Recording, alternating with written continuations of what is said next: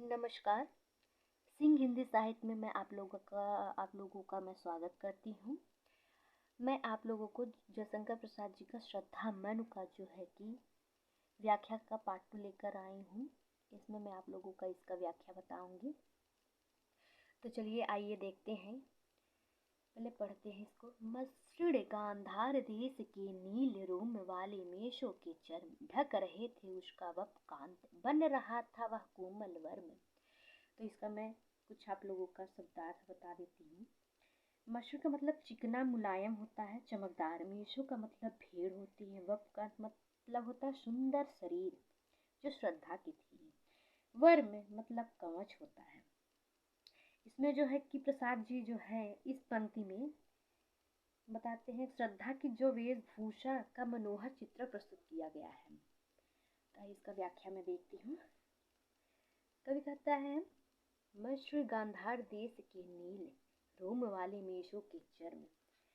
श्रद्धा ने गांधार देश में पाई जाने वाली नीले बालों वाली जो भेड़ों की खाल से बनी अत्यंत मुलायम और सुंदर चमकदार वस्त्र को धारण कर रखा था।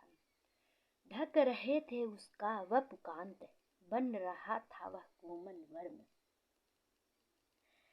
कवि कहते हैं कि वे वस्त्र जो पहनी हुई थी श्रद्धा ने न केवल श्रद्धा के कोमल एवं रमणीय शरीर को ढक रहे थे, बल्कि वे वस्त्र कोमल होते हुए भी उसका सुरक्षा कवच बने हुए थे।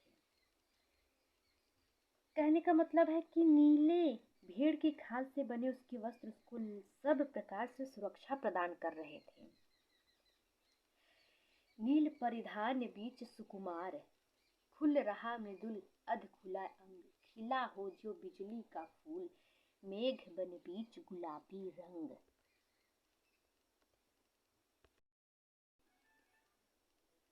इसका मैं आप लोगों का शब्दार्थ थोड़ा बता देती हूँ कि नील परिधान मतलब होता है नीले रंग की जो वेशभूषा धारण की हुई थी।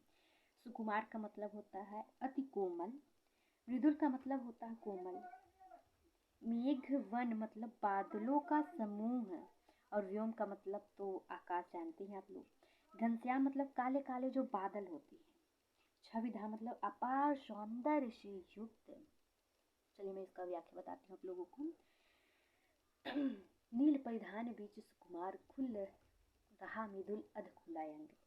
कवि कहता है कि श्रद्धा अपने शरीर पर नीले रंग का जो मेष चर्म को धारण किया है, उसकी वेशभूषा में से कहीं कहीं जो है कि उसका कोमल और सुकुमार अंग जो है कि दिखाई दे रहे हैं। खिला हो जो बिजली का फूल, मेघ बन बीच गुलाबी रंग। कवि कहते हैं कि उन्हें देखकर ऐसा प्रतीत हो रहा था मानो नीले बादलों के वन में गुलाबी रंग का सुंदर बिजली का फूल खिला हुआ हो।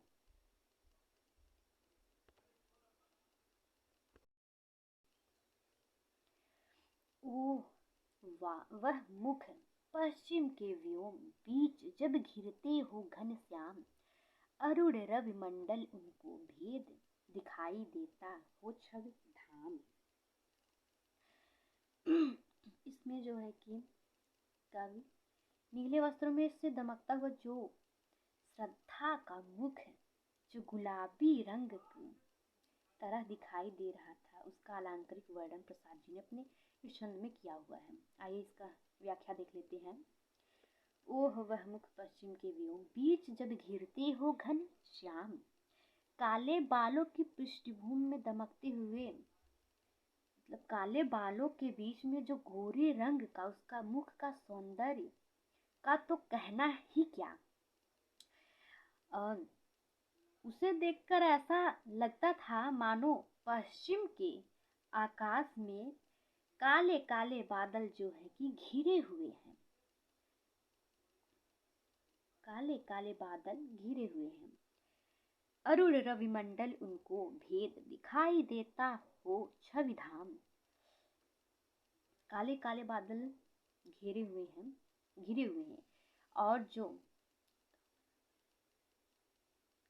और उसे जो सूर्यमंडल है उसे भेदता हुआ अत्यंत सुंदर दिखाई दे रहा, अत्यंत सुंदर लग रहा है। भाया है कि जैसे कि काले केस बादलों जैसे थे, तब उसका दमकता हुआ मुखमंडल जो है सूर्य की भांति लग रहा था। नीले वस्त्र में दमकता श्रद्धा का जो तेजस्वी मुख है, देखकर ऐसा लगता था मानो नीलम पर्वत की जो छोटी चोटी को फोड़कर एक छोटी सी ज्वालामुखी रात्रि में शांत भाव से विस्फोट रहित होकर धधक रहा हो। आइए मैं आगे का व्याख्या करती। घिर रहे थे घुघराले बाल अंश अवलंबित मुख के पास,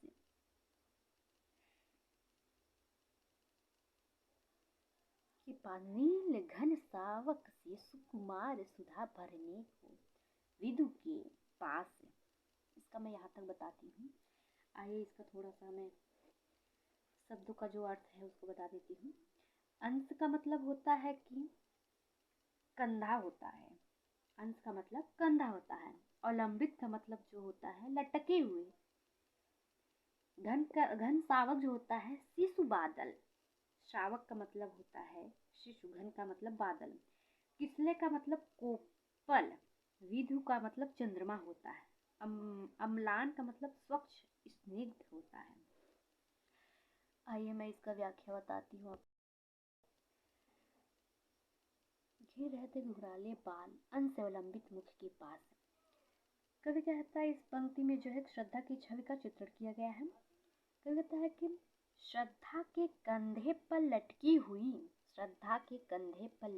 हुई घुघराले बाल की लट उसके मुखड़े पर ऐसे झूल रही थी जैसे नील घन सावक से सुकुमार, नीला जो कोई नन्हा बादल का टुकड़ा सुधा भरने की विधु के पास अमृत पीने के लिए सागर के तल को छूने का प्रयत्न कर रहा है।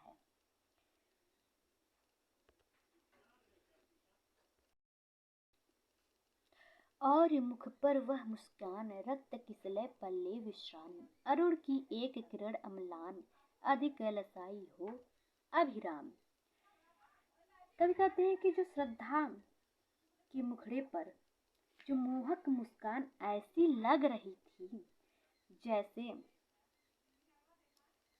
मुख पर मुस्कान ऐसी लग रही थी जैसे रक्त किसले पल्ले विश्राम, लाल रक्तिमा जो है नवीन कोपल पर सूर्य की कोपल पर जो है कि अरुण की एक किरण अम्लान, सूर्य की एक अलसाई सी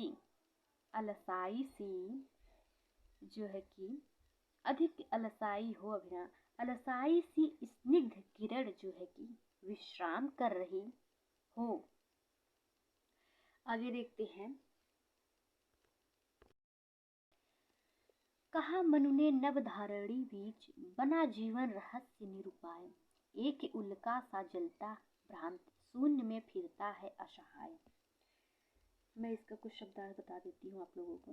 रहस्य मतलब पहेली, उल्का मतलब टूटा हुआ तारा, भ्रांत का मतलब इधर उधर भटकने वाला जो होता है, शून्य का मतलब आकाश, निर्जन स्थान जो है, वीरस मतलब नीरस होता है, घन तिमिर मतलब गहन अंधकार, बयार मतलब मंद गति से बहने वाली ठंडी हवा जो होती है।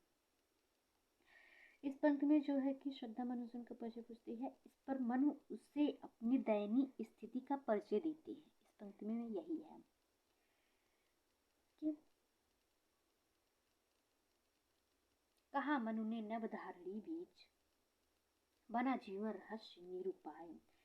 मनु अपना परिचय श्रद्धा को देते हुए कहते हैं कि पृथ्वी और आकाश के बीच में इस निर्जन शांत स्थान पर मेरा जीवन एक रहस्य बना हुआ है, जिसे सुलझाने का मेरे पास कोई उपाय नहीं है। मैं इस निर्जन स्थान में असहाय होकर अपनी वेदना से जलता हुआ उसी प्रकार इधर उधर भटक रहा हूँ, जिस प्रकार एक उल्का सा जलता भ्रांत शून्य में फिरता है असहाय। जिस प्रकार एक जलता हुआ जो तारा टूट कर बिना किसी आश्रय के आकाश में इधर उधर भटकता रहता है।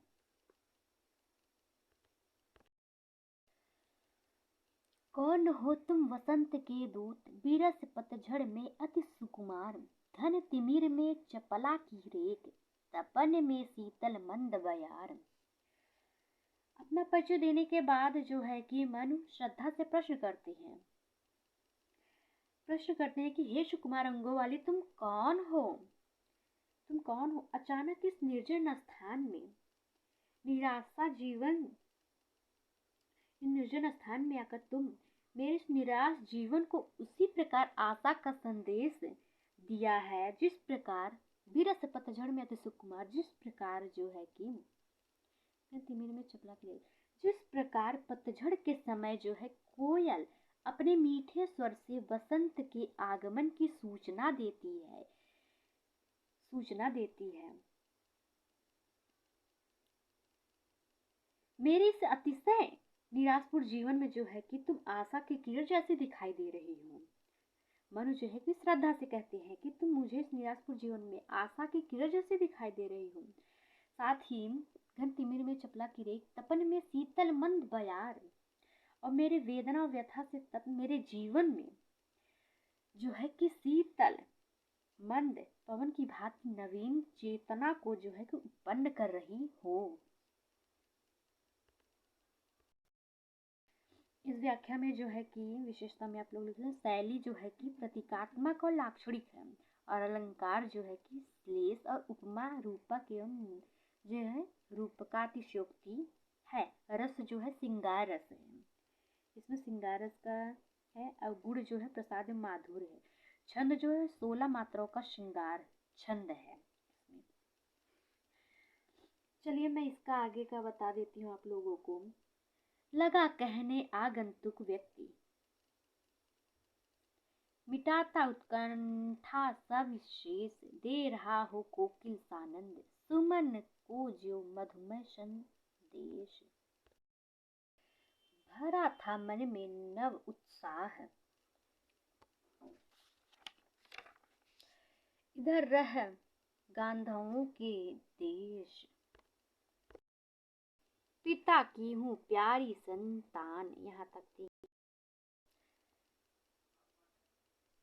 इसका मैं सारांश थोड़ा बता देती हूँ कि इसमें जो है कि श्रद्धा के पूछने पर मनु उसे अपना परिचय देते हैं, जिससे जीवन के जो प्रति उनकी हताश निराशा स्पष्ट व्यक्त होती है। अपने परिचय के पश्चात मनु श्रद्धा से उसके विषय में पूछते हैं कि वह कौन है। प्रस्तुत काव्य पंक्ति में श्रद्धा मनु के जो है कि प्रश्नों के उत्तर देती हुई अपना परिचय दे रही है। आइए मैं इसका बताती हूँ। लगा कहने आगंतुक व्यक्ति,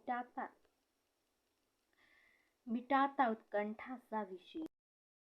लगा कहने आगंतुक व्यक्ति, मिटाता उत्कंठा सा विशेष। मनु के अंदर जो श्रद्धा के बारे में सब कुछ जान लेने की जो कठिन जिज्ञासा थी, उसे शांत करने के लिए मनु जो परिचित मनु जो है कि अपना परिचय देना आरंभ करती है। तो आरंभ किया, दे रहा हो कोकिल सानंद, सुमन को जो मधुमय संदेश।